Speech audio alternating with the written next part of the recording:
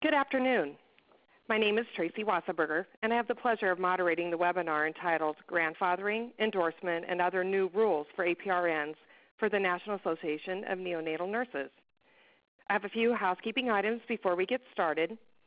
Please note that all participants have been muted for the presentation this afternoon. I'd like to direct your attention to the chat room on your screen. Please use this chat room to ask any questions, which I will direct to the speaker at the end of our presentation as time allows. You can also use this area to let me know about any AV issues or technical difficulties that you're having during the presentation. Today's webinar is being recorded, and the recording will be made available on the NAN and NANUP websites within 2 weeks.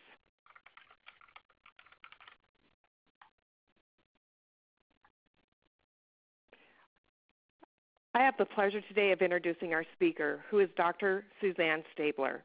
Dr. Stabler is an associate professor in the clinical track and the specialty program coordinator for the NNP program at Neil Hodgson Woodruff School of Nursing at Emory University. She's also a neonatal nurse practitioner for the School of Medicine at Emory University, as well as a health policy consultant for the Alliance of Patient Access. Please help me to welcome Suzanne for our presentation today. Thank you, Tracy. I am very happy to be able to present this webinar to you all today, and also as the LACE liaison for the neonatal population foci. This is going to be the latest and greatest information. We're going to focus this webinar today really looking at what is happening with APRN consensus and LACE.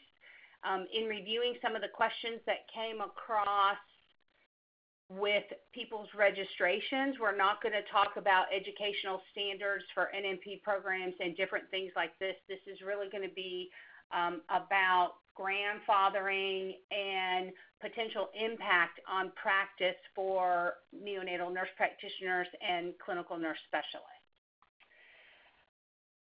So, as you all will remember, LACE is an acronym standing for the 4 areas of APRN regulation, L meaning licensure.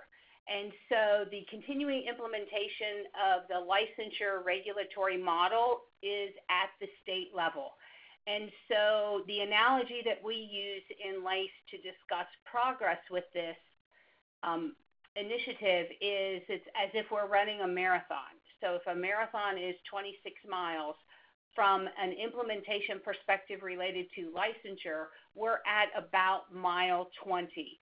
Hopefully most of you all saw the announcement actually late last night that Maryland has now become the 21st state to allow full practice authority for nurse practitioners. And so we now have 21 states plus the District of Columbia.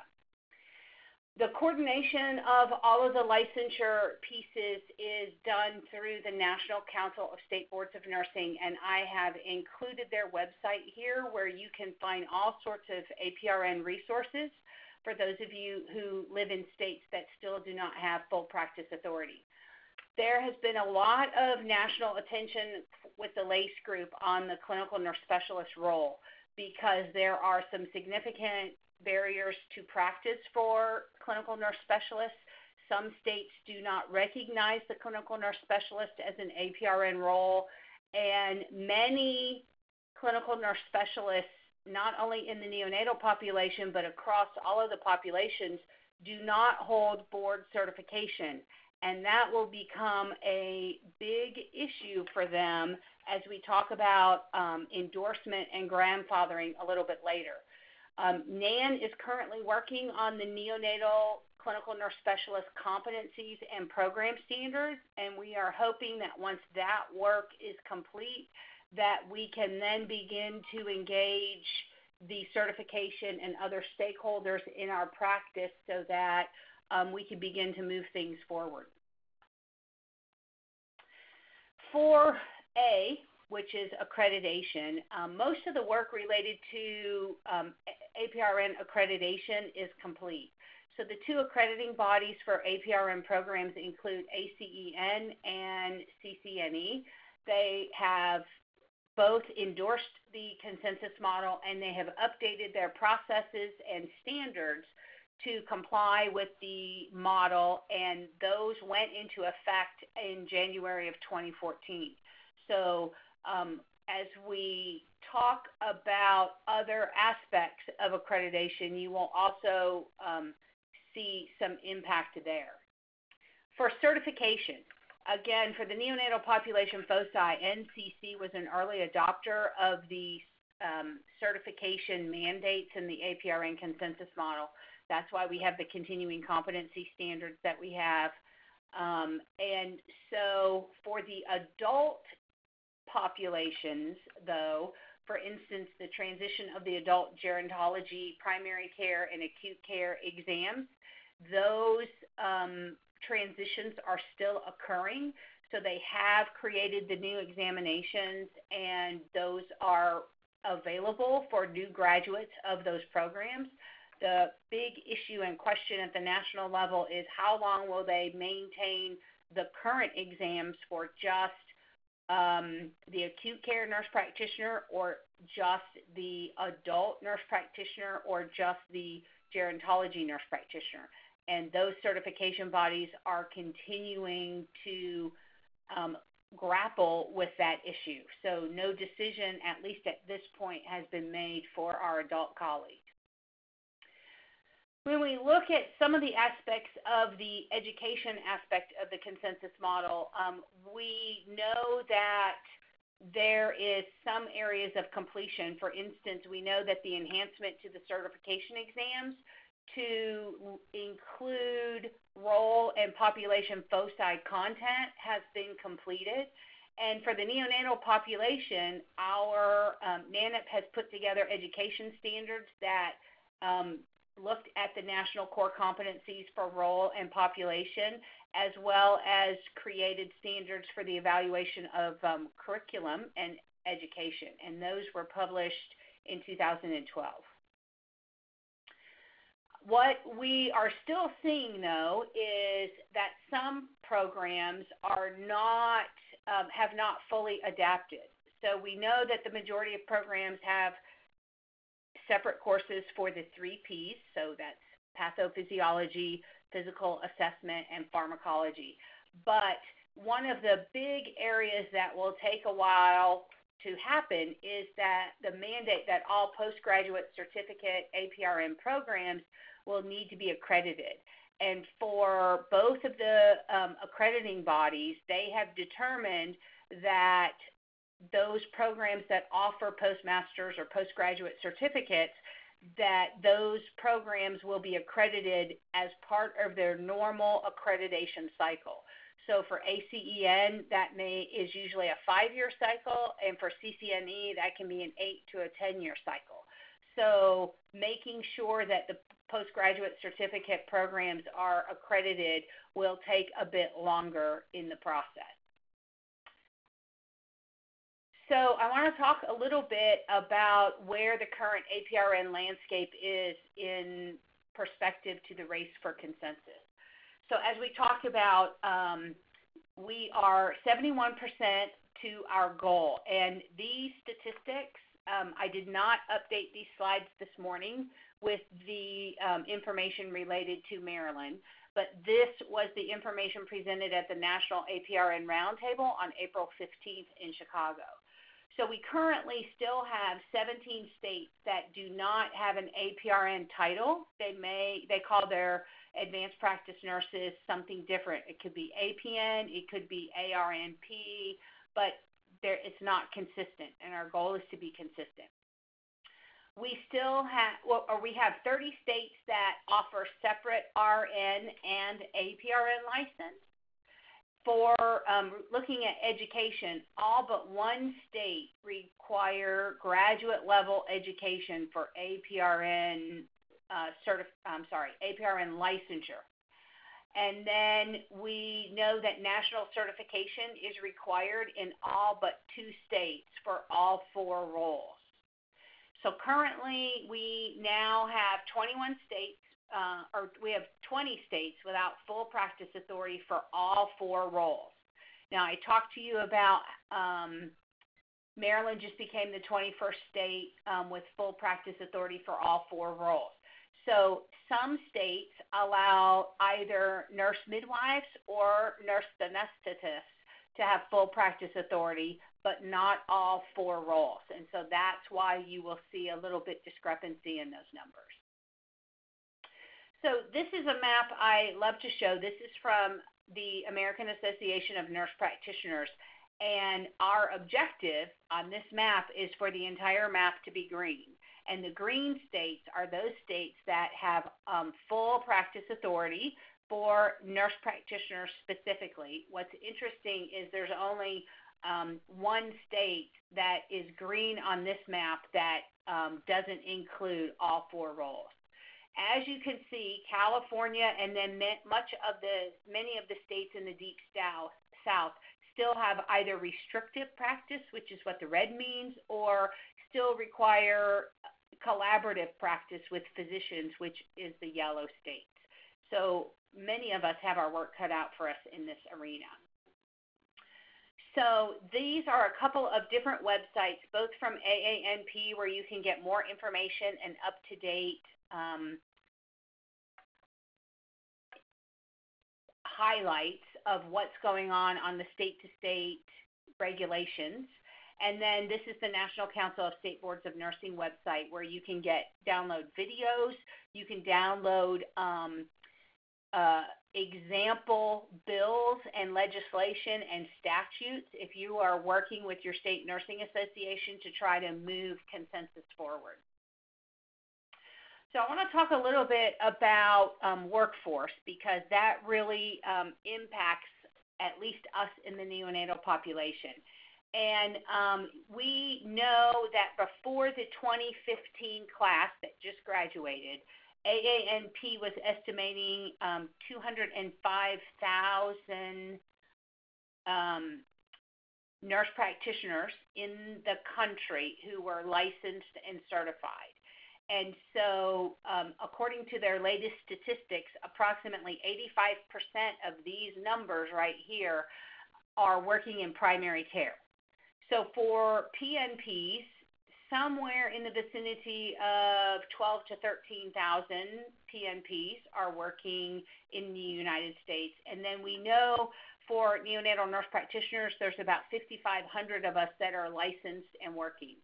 Again, as I talked about, for the clinical nurse specialists, because the majority of clinical nurse specialists are not certified, we don't have the ability to know who those people are, because, again, many state boards don't even recognize the clinical nurse specialist role as an APRN role.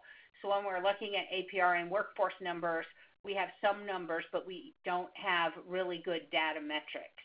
So we don't really know how many neonatal clinical nurse specialists there are in this country. I can tell you, according to the certification board, which is the American Association of Critical Care Nurses Certification Board, we have 11 certified neonatal clinical nurse specialists in this country, and there are only 6 programs in the U.S.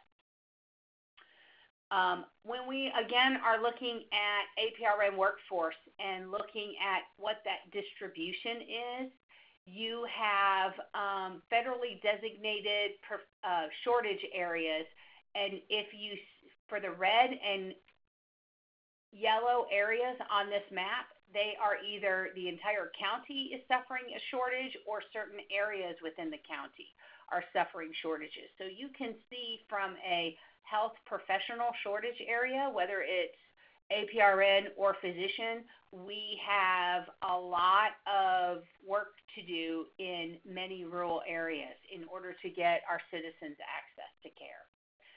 If we're just going to look at nurse practitioners specifically, this is the most recent data I could find on the workforce website, looking at the number of nurse practitioners per capita of population. And so the light blue areas show the fewest numbers of nurse practitioners per capita. And then the very dark blue, almost black, and then this royal blue are the areas that have more per capita. So when we look at the number of graduates that schools of nursing are putting out, you see all sorts of publicity across the media talking about how numbers of graduating nurse practitioners are going up and APRNs are going up, and so there's going to be better access, even though there is a physician shortage nationally. Well, for those of us in pediatrics and neonatal and the neonatal world, our numbers of graduates have been pretty stagnant for more than a decade. And as we all know, those of us in academia in the neonatal programs, as soon as we get new programs open, other programs close, and we can't seem to make any headway looking at numbers of graduates. So there are some threats to our APRN practice nationally, and those include organized medicine. And so this is actually part of a media campaign that the American Association of Family Physicians did in the state of Kentucky when Kentucky was looking at revising their Nurse Practice Act and allowing for full practice authority for APRN.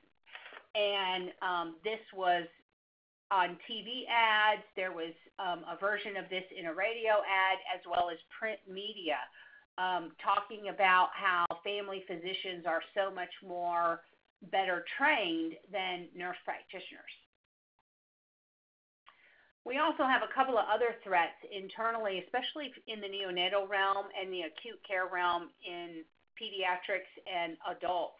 And that is lost revenue because many of us are hospital-based APRNs, and we're employed by the hospital versus being employed by the physician practice. And so many times the hospital employs us to help with workflow and patient throughput. And in many cases, especially for those of us in pediatrics, because residency work hours have decreased in academic medical centers, and guess what? Someone has to take care of the babies. And so what has happened is then we become this huge giant cost on the cost report of hospitals, and yet we don't have any mechanism to prove our value to the institution unless we are tracking internal data ourselves.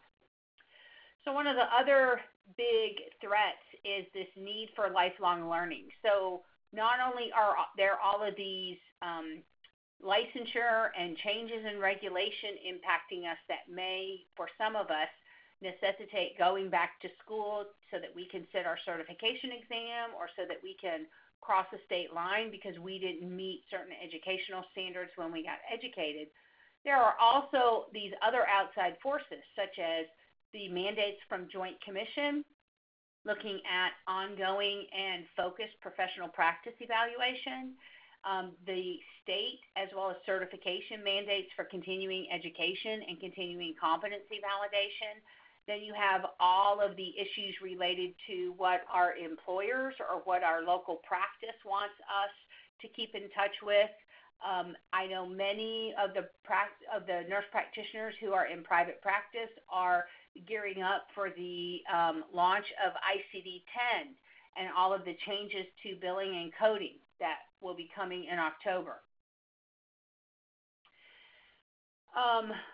Full practice authority and prescriptive authority. So when we talk about that, one of the threats that we have seen happen in some states is what is called transition into full practice authority. And this is one of those things that many states are considering in order to get or allow APRNs to have full practice authority, but this causes some issues. First of all, there is no data saying that transitions, whether it's 2,000 hours, 4,000 hours, whatever that might look like, there's no data to support that A, helps with the transition of that new APRN, or B, that it improves quality or patient safety. And so what we have found in states where those transition plans have gone into statute, what happens is those APRNs are at a huge disadvantage because they don't have the practice experience to be unsupervised. So then that means they always have to be utilized in places where there is another provider in-house. And in some practices, that isn't cost effective. So it can be a huge barrier to practice in some states and for some practices. I also hear rumblings all the time when I go to national meetings about institutional restrictiveness. And so even in states that allow full practice authority, there are some institutions that require more stringent items. So for instance, a hospital in Nebraska, even though Nebraska is now a new full practice authority state, that hospital can require that the nurse practitioners and APRNs have all of their medications co-signed, or they can require that they have to have a protocol agreement with a physician.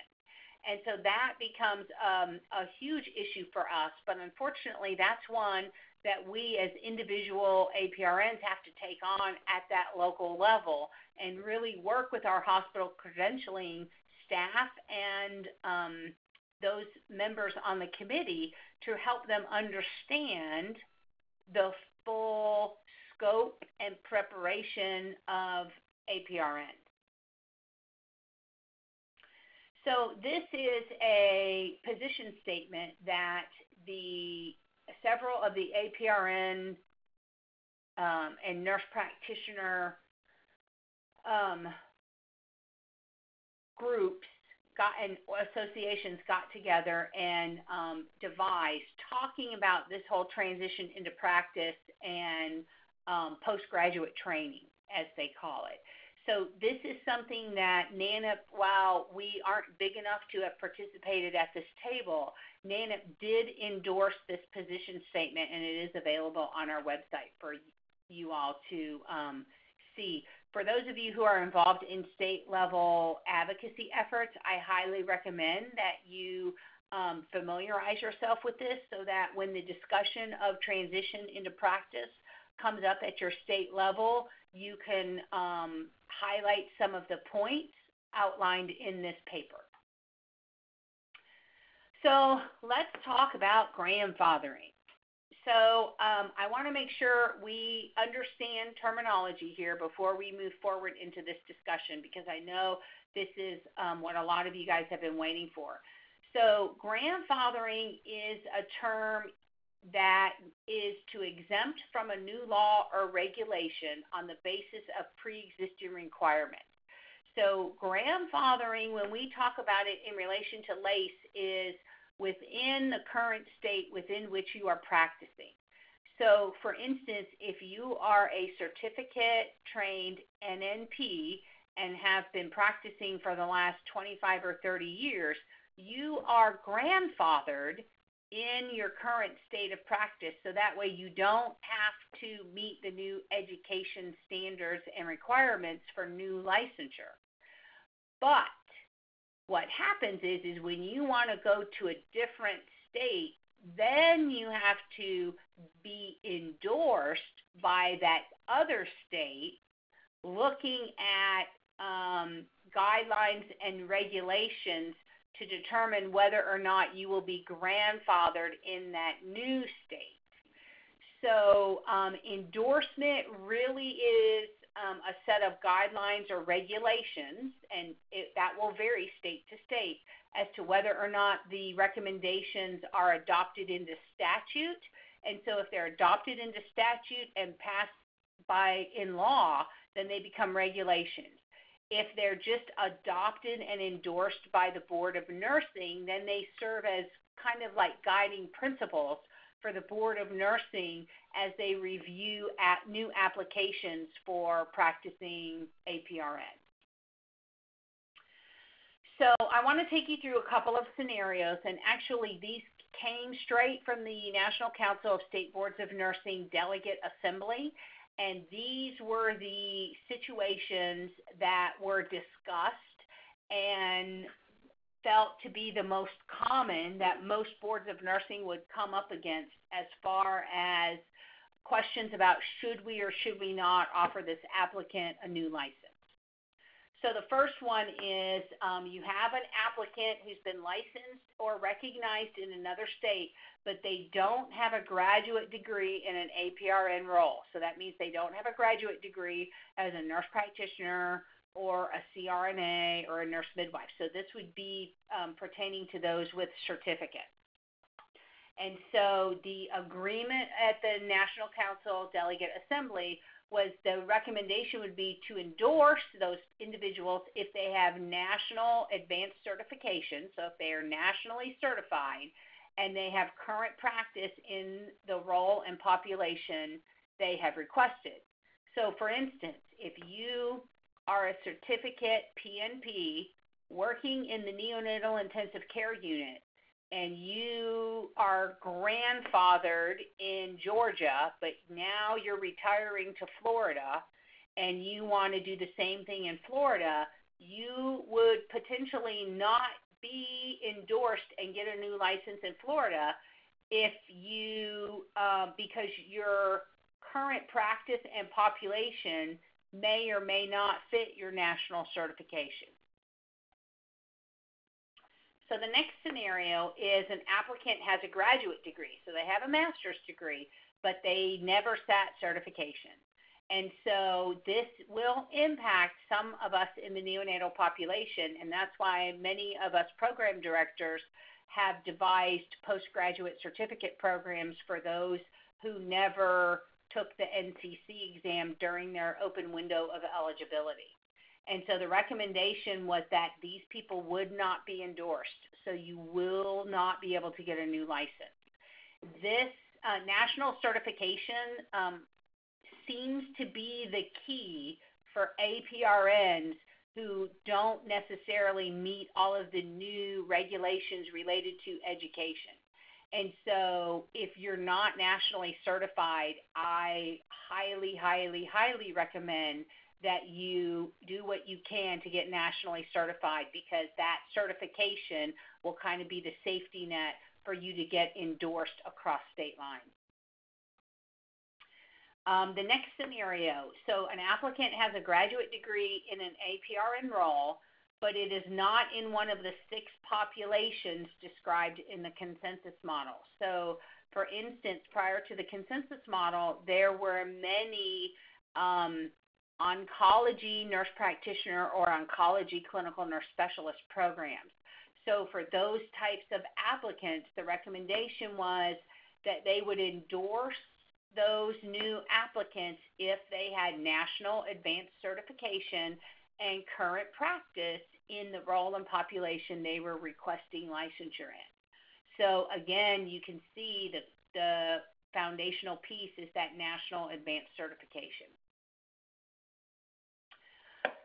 So the next scenario is you have an applicant who has a graduate degree in the APRN role and population, but they don't have verification of either a minimum of 500 clinical hours, or they can't provide verification of the 3 Ps during their education program. So for instance, and just to make sure everyone's clear, the 3 Ps are a separate course in pathophysiology, pharmacology, and physical assessment. And so the recommendation would be to endorse if their education preceded state adoption of the APRN consensus model. So for many of us, like myself, who I had a master's degree and I had a degree as a nurse practitioner in high-risk neonatal nursing, but I graduated so long ago, I didn't have a separate pharmacology course. And so I had to go through this process when I moved to Georgia last year. And in all honesty, I was sweating some bullets thinking I may not get licensed because I didn't have that separate pharmacology course. So the next scenario is graduate education and certification.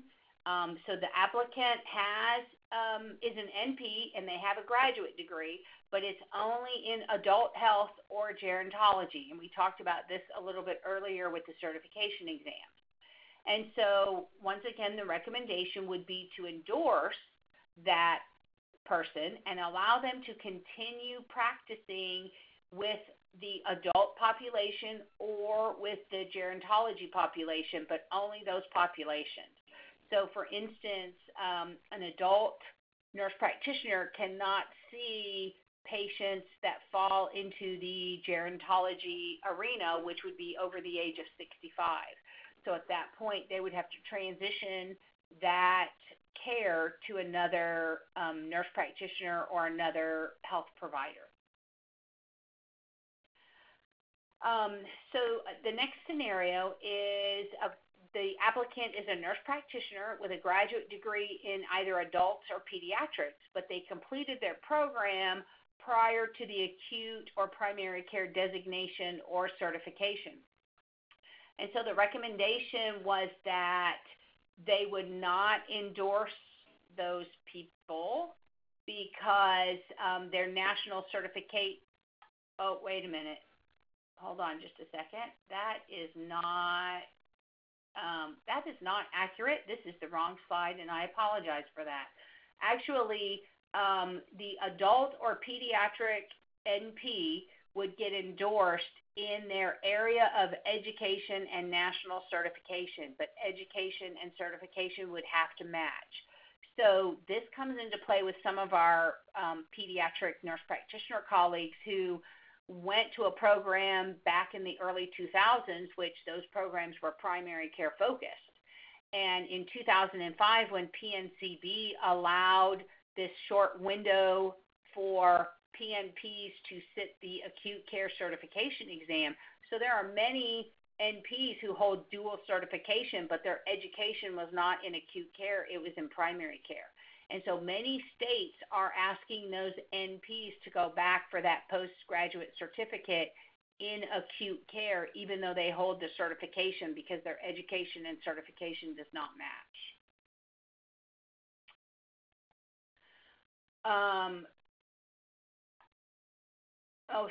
There we go.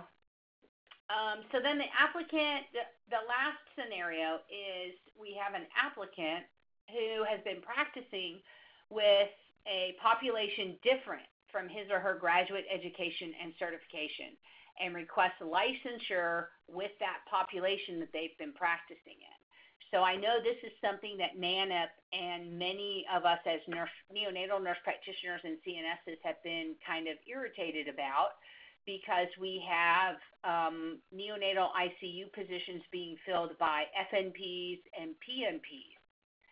And the recommendation was that they could get a license, but it would be in the role and population of their graduate education and certification, and that would be where they would have to practice.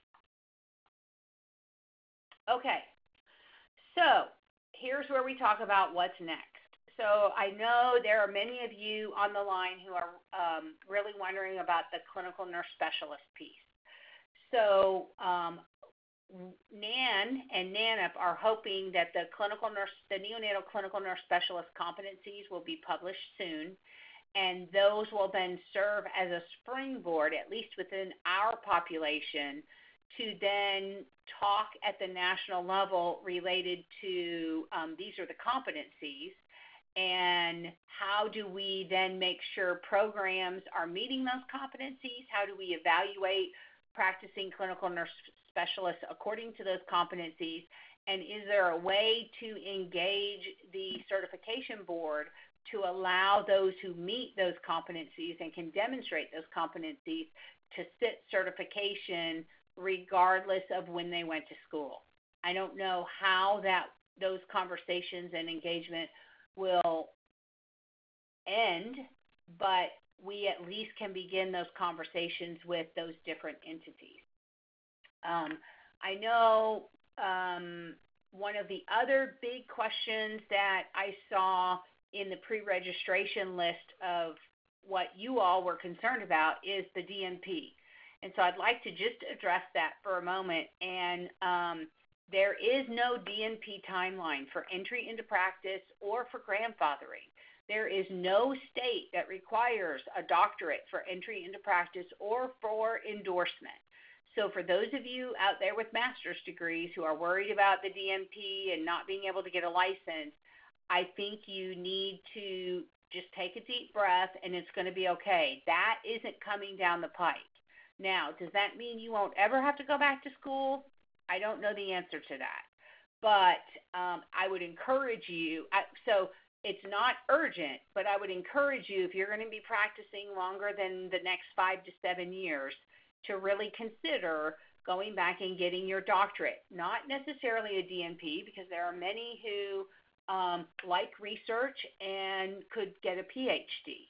But the doctoral level competencies will be more and more utilized in the healthcare system that is to come and that continues to evolve. And so it will make you more marketable for sure in the job market, but it will also then prevent you from having to worry about many of these issues we've talked about today. So with that, I think we have about 20 minutes where we can open up the chat box and answer some of your questions that we didn't necessarily cover in the webinar. Tracy? Thank you, Suzanne, and thank you so much for the information that you've shared with all of us. I just, again, want to remind the participants to use the chat room to raise questions or to make any comments. We can now take some time to answer these questions as they come in. Again, some of you were able to propose some questions prior to the webinar, and Suzanne, I'd like to pose these to you, if I may. Okay. First of all, will this also impact non-masters APRNs who are seeking grandfathering? Yes, I think it's going to impact anyone who doesn't meet the current national standards for educational preparation as an APRN, myself included. As I talked about my experience coming to Georgia, I didn't have a separate pharmacology course in my program back in 1990. And so it could potentially impact you. Definitely for those of you who don't have a master's degree and you just have certificate preparation as a nurse practitioner, even if you have a master's degree, let's say in nursing education, but it's not an APRN graduate degree, this could potentially impact you, not necessarily from being grandfathered in your current state of practice, because you are already probably grandfathered. But should you ever need to cross the state lines, either for telemedicine or to actually relocate and practice, you could be in jeopardy of being endorsed for new licensure. Thank you, Suzanne. Another question that has come to us is, will APRN licensure ever enjoy compact state designation to your knowledge? That's an interesting question. Actually, there is a task force at the National Council of State Boards of Nursing looking at creating a compact agreement for APRN licensure, much like what we have for the RN compact. Remember that each state has to choose to be a part of the compact, and so the executive director of the Board of Nursing in Texas, Kathy Thomas, is actually leading that work. And this whole grandfathering endorsement thing had to be part of the work for having an APRN to further the APRN compact discussions, because there had to be some basic level of agreement of all of the state boards of nursing. So I do believe you will see more and more of that coming down the pike, especially as more and more states adopt full practice authority. Another question that has come before us today, Suzanne, is what are the options for certificate prepared NNPs who also have higher nursing degrees to obtain the NCC certification to your knowledge? Well, since I happen to sit on the NCC board currently, actually it really, again, if you didn't if you didn't take the certification exam during your period of eligibility, which was within usually a certain time frame from graduating with your certificate preparation or your master's preparation, NCC criteria are pretty I don't want to say stringent, but they're water sealed tight, and that is because from their accrediting body, the certification bodies are accredited just like the educational programs are accredited. And so they have mandates from their accrediting body related to determining eligibility based on accreditation of programs and all of those eligibility criteria. So for many of those people, you will have to go back to school and do a postgraduate certificate. And so I currently have a student in my program who is one of those people. She graduated with her NNP master's degree and NNP in 2004 and never took the NCC exam. And now she finds herself needing to go to another state, and because she's not nationally certified, she cannot get a new license.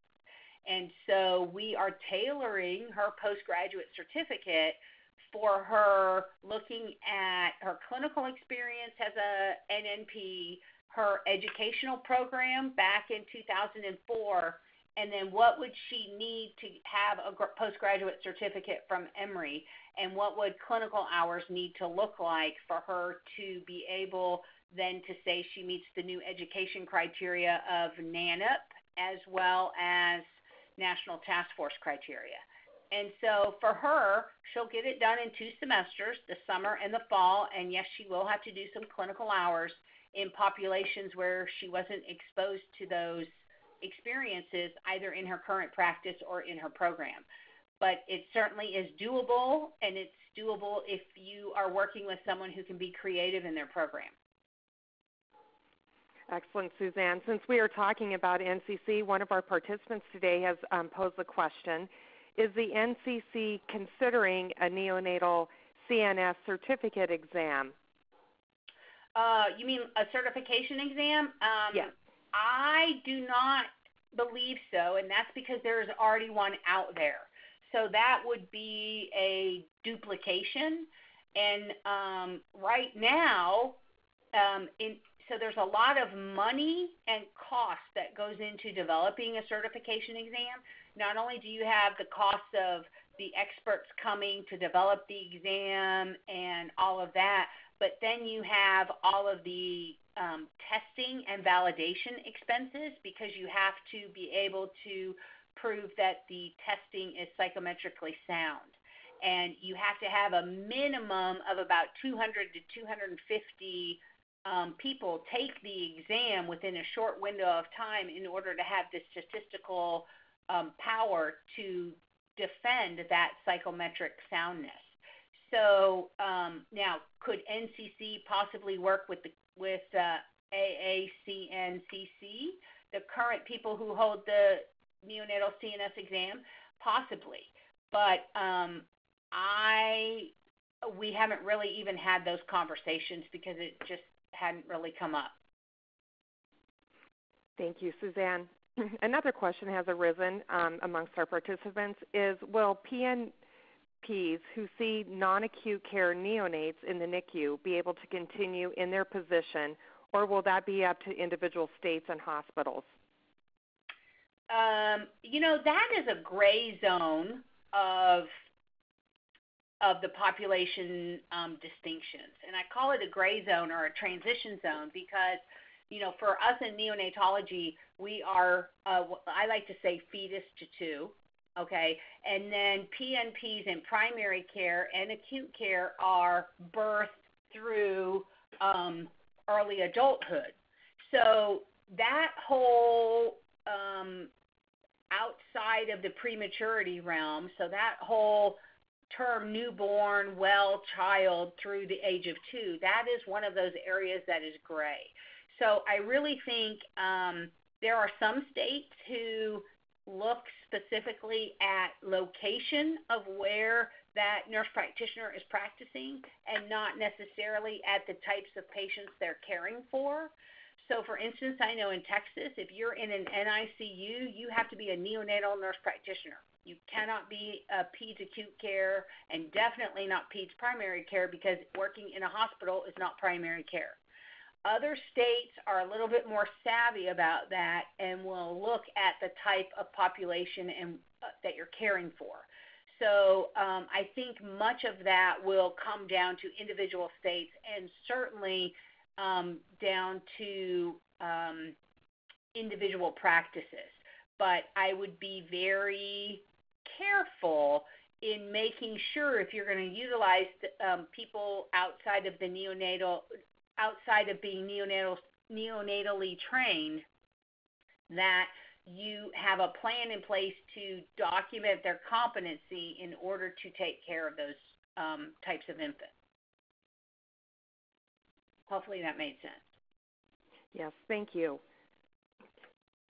In some of the information that you presented today, Suzanne, other topics have dovetailed into this, and I have a great question from the audience.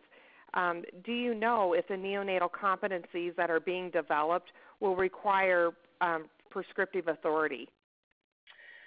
I don't know that they will require prescriptive authority, but prescriptive authority is absolutely within the scope of practice of a CNS and a nurse practitioner. And so I can only hypothesize that prescriptive authority and all of the pharmacotherapeutic aspects of prescriptive authority would be part of the competencies. I also have another question that's been posed by an audience member that I think could be helpful to serve as clarification as an example for other attendees. And if I can read it, it says this. I attended a year-long certificate program in 1984. I've been practicing for 30 years. I have not taken the NCC exam. Will I be grandfathered? Okay, so again, grandfathering is in your current state of practice, and so if you're still allowed to practice in your state, you've been grandfathered because you don't meet the current education standards. Should you want to go across state lines to either do telemedicine or to get a new license, I doubt that you will get that new license and be endorsed in the new state because you do not hold national certification.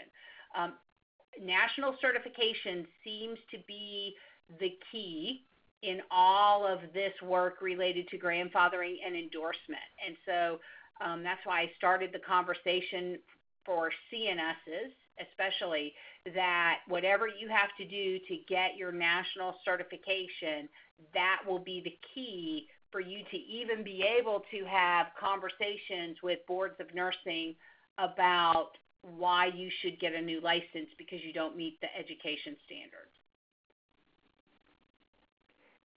Thank you for that feedback, Suzanne.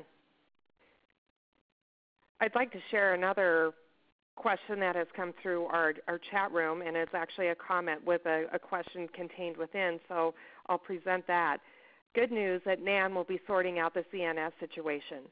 While we're waiting for the new competencies and education standards from NAN, could you advise us regarding minimum qualifications for CNS preceptors, ?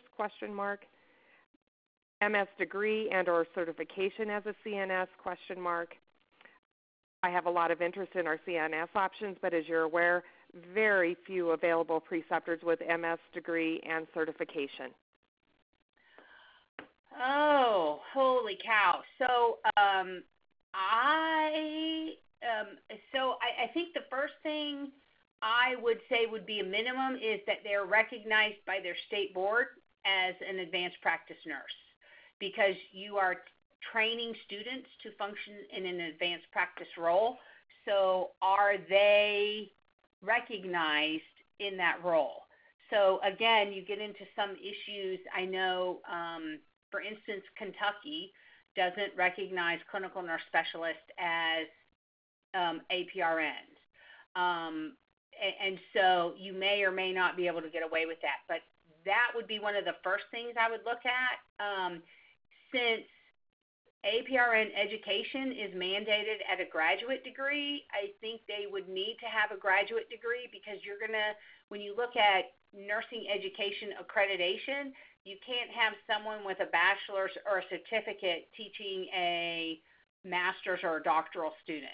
That just doesn't fly at any level of nursing education and accreditation. So I think that would be the other one. Looking at certification for a CNS, again, there's only 11 in the United States who are nationally certified as neonatal CNSs. Now, they may be certified as adult CNSs because I do know of some neonatal, some CNSs who there wasn't a neonatal program, so they did an adult CNS program, but they work in a neonatal unit because that's where all of their clinical experience and expertise is. So again, I think those would be my first thoughts on that. And as long as when you're looking at, when it comes accreditation time, as long as you can talk to your accreditors and make a case for why you chose who you chose before the competencies and standards were available, then I think you should be okay. Suzanne, I think in the essence of time, we may have the opportunity for one more question. I just wanted to point out to our participants that the other questions that have been posed, we will have an avenue of being able to forward these to NAN and NANP representation to make sure that you feel that your questions can be answered. But the last question, Suzanne, I'm going to ask you to try to answer is, as a graduate of a master's program as a perinatal nurse practitioner, there has never been a national certification exam available. Does this impact the endorsement possibility since there is no NCC certification? Yes. It impacts your endorsement potential for a couple of reasons. A, you're not nationally certified, and B, perinatal is not one of the 6 population foci in the consensus model. And so because you weren't nationally certified before the consensus model and all of the reorganization of the population foci, I do think that would be an impact. And I know there are very few perinatal programs even available anymore. Most have transitioned either to women's health nurse practitioner programs or nurse midwife programs. All right, Suzanne. Well, I want to thank everyone for their questions and, Suzanne, for your presentation today. However, we're just about to run out of time. Please know that if your question was not answered today during the webinar, we will do our best to get an answer to you within the next few weeks. If you have further questions or if you would like to learn more about NAN and NANP membership, please email info@nan.org with the subject line LACE webinar. I'd like to extend to you that NANP, which is a division of NAN, is a voice for neonatal nurse practitioners, and we encourage your membership today. NANP shapes neonatal nursing through excellence in practice, research, and career development. This LACE webinar today is an example of the type of information and work that NANP is doing on your behalf. You can see a brief summary of some of our other benefits of belonging to your professional organization on this slide.